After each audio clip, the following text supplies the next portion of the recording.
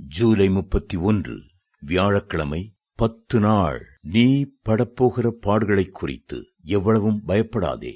இதோ நீங்கள் சோதிக்கப்படும் பொருட்டாக பிசாசானவன் உங்களில் சிலரை காவலில் போடுவான். 10 நாள் உபத்திரப்படுவீர்கள். வெளிப்படுத்தின விசேஷம் 2:10. பாடுகளும் உபத்திரவங்களும் தேவனுடைய பிள்ளைகளை பல நேரங்களில் சூழ்ந்து கொண்டாலும் அதன் மத்தியிலும் நீ பயப்படாதே, கலங்காதே என்று தேற்றுகிற கர்த்தருடைய குரலை நாம் கேட்கிறோம். அந்த குரல் நமக்கு எத்தனை ஆறுதலானது! நம்மை எவ்வளவாய் திடப்படுத்தி உற்சாகப்படுத்துகிறது. ஹல்லேலூயா! இந்த வசனத்தில் சொல்லப்படும் 10 நாள் உபத்திரவம் என்பது யாது? சற்று சிந்தித்து பாருங்கள். 10 என்பது பூரணத்தை குறிக்கிறது.